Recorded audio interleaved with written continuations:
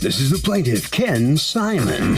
He says he was hired to play music at the defendant's restaurant every Sunday.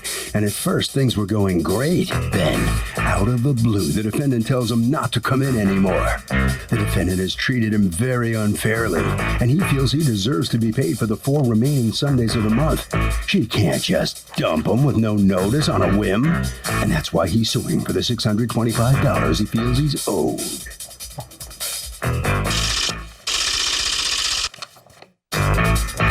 This is the defendant, Maggie Riley. She says the plaintiff's music during Sunday brunch was too loud. The guy got insulted when she told him to tone it down, and she told him, take the summer off, and maybe they'd pick things back up in the fall. Next thing she knows, he's suing her for future gigs? She's accused of making the music die.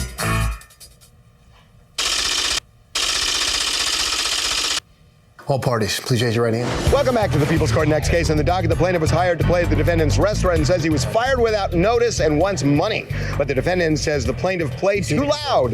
It's the case of, I don't like your tone. Thank you, Douglas. Ken Simon, Yes. You are suing Barra Incorporated, doing business as Maggie Riley's, represented by Ms. Riley. You're the owner? Yes, I am. Okay.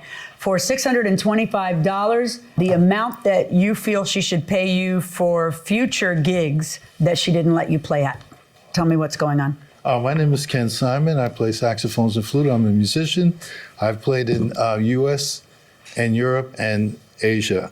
I moved into the neighborhood several months ago. Which neighborhood is this? It's Chelsea. Okay. And I New York? noticed that Riley's had music, DJ, and karaoke. I went in there in March, presented myself, and she hired me to come in the same Sunday. Okay. And So everything. you would play on Sunday at Sunday brunch? Yeah, I have one flyer that she printed up and my Facebook advertisement. Okay. Things were going along. We depended on this work. It established a situation where we had to show up every Sunday, dressed properly and playing properly. Okay. And after a while, she was complaining, not so much about the music, but she would say things about the music, that the draw wasn't equitable. She did very little other than printing these flyers, which I had to spend $25, and went out on the street, on the corner, handing them out, posting them up, calling friends. And the last date, I believe, was May 8th. Business seemed to be picking up, and then she said, no, my horn was too loud. And she didn't want to continue the music. And I had reserved all the Sundays in May. In fact, I got a call to go into a restaurant, and I had refused it because I felt there was an obligation. Did you have a contract with her? Only verbal. Okay, so the verbal contract was that you would play on Sundays and she would pay you $150? Yes, total. Was there ever any comment on how long you would be doing that? Or it was just like... No, it wasn't, but it was understood that we were there on Sundays, which Okay, is what, so what how the is flyer, your lawsuit is based on what then? You feel that she can't just fire you? in the music profession, we do things on the run, so to speak, and it was understood. In fact, her flyer says every Sunday. No, I understand that. So my question, let me see the flyer. My question to you is, do you feel like she has to hire you for the rest of your life? Like, No, for the rest of the month. Okay, but there had never been a discussion that if you start one month, we owe you the whole month or anything like that. So you're picking the end of May as, you feel like she can't just fire you without I feel there should notice? have been at least one Sunday's worth of notice. At Okay, and is there some law that you're referring to when you say that Well, she can't it's just say, thank you for your services, I no longer want them? Well, first of all, she wasn't in that type of mode. There was no thank you. I think in the music profession, it's different than other professions. You do not have time to get a written agreement. You're working on the fly. I have no problem with that. Well, I prefer written agreements, but if people don't want to get it, that's fine. It's just that you're asking me to read into a verbal agreement something that wasn't there, I don't think. Did you have a specific time frame that you were hiring him for? Absolutely not. He walked in, he was after moving into the neighborhood. He said he was looking for gigs, and he explained what he did. I said, you know what, let me try it. I've never done anything like this before, but it might be an addition. There's a lot of older neighborhood people that live there, they may like it. So we said we would start the following week, which I think was March 8th. his music is good. I had no problem with his music.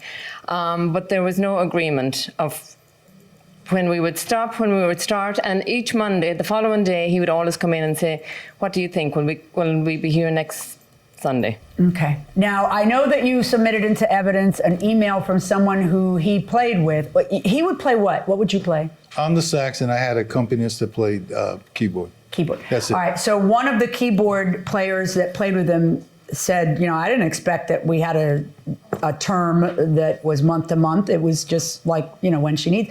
Yeah. So when you told him, listen, I don't think I'm going to do this anymore, why did you say that? So does the plaintiff get the 4 additional weeks or nothing? I don't think he gets anything because he doesn't have a contract with the people and they can fire him whenever he wants. Fair enough. I'm going to go over here. What do you think? Yeah, I agree. You agree? Yes. No contract. In the entertainment industry, anyway, it's very, whatever happens, Cutthroat. what happens, right? Going inside the courtroom. There's a few reasons. It was loud, which a lot of the regular customers complained. In fact, one of them took me aside during the week after one of the gigs and says, "Listen, I really don't want to tell you how to run your business, but it's way too loud. Myself and my friends that come for lunch, we like to just come in, sit down, relax. We've no problem listening to it, but it's way too loud for us. So we will come back after 4 o'clock when he's finished." That was one of the reasons. Half the bar would be empty because people would tend to move towards the end of the bar because it was too loud for them. Okay, so I'm sure the bartender wasn't happy about that. No. Because And fewer also, tips. I had brought to his attention, listen, why don't you try and lower the sound level? Because he had a saxophone, just used a flute. He used to play a flute. So he said, okay, let's try it. The next week I come in, he was playing some other type of a horn that blew the ears of me once I walked in the door. Okay, was that the last time he ended up playing there? That was the last time. I said to him, listen, you know what? I didn't say we're done. I said the summer gets quiet in the city. So, why don't we take a break and maybe we'll pick it up in the fall. And what did he say to you? He was a little irate. What did he say? He just said I was making excuses for him not wanting him to play there, even though he does sound good, but it was too small. Let's say she just feels like she doesn't like you, she doesn't want you to play there. It's her bar. Why does she have to employ you an additional 3 weeks? Where is that in your contract? You don't have a contract. You are an at-will talent that's there.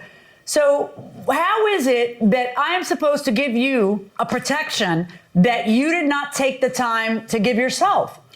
Well, as I say, in the music profession, things often are done on the run. That's fine. I mean, it was... But that doesn't mean that you don't have the drawbacks of doing business that way. And by the way, I have multiple, every week, lawsuits in situations like this with people in the music business and bar owners. You are not my first rodeo. And I have seen plenty of written agreements, okay? But if you don't want to, I am perfectly fine with that. It's just that then you also want to pretend that you had an agreement where she has to give you a month's notice or 2 weeks notice or 3 weeks notice. You don't get that unless you bargained and negotiated that. You didn't. So why can't she just fire you when she wants to fire you? Well, She's free and American. Are you American? Yes. She's free and she owns a bar here. She looks at you. She wants you today. She doesn't want you tomorrow. Why are you special and everybody else, is just at will? Verdict for the defendant. That's my judgment. And so very quickly and abruptly, that case ends, and you're smiling. Why? Well, I find it just a subterfuge of justice and just another whim of people's personalities and not looking into what it does to somebody's ability to earn a living and having Well, it's a legal question. It's a contract, and you're trying to ask somebody to add provisions to a contract where they didn't exist. I think there is such a thing as people being responsible, and there is such a thing as a verbal contract. And it what was in it? Maybe you should get things in writing if you can. Well, as I said in the... I know the music business is different than most businesses. So write it down. You write down the music, write down the contract. Well, we don't know. So you got a good point there, sir. Okay. We don't. Thanks. Okay, head right down this one. Okay. So he's a good musician, right? Yeah, come on. Yes. Yeah? Yes, he's a good musician. But he's not happy. He's not happy. Sometimes things don't work out. it wasn't working Do out you for think him. he knew that he was auditioning? Absolutely. He knew he was on a trial. It didn't work out. In fact, it was affecting business. So, something had to give. Are you going to have him back? I don't think so. Harvey? Here's the thing. The defendant had a right to fire the plaintiff at a moment's notice with no money. Too bad, so sad.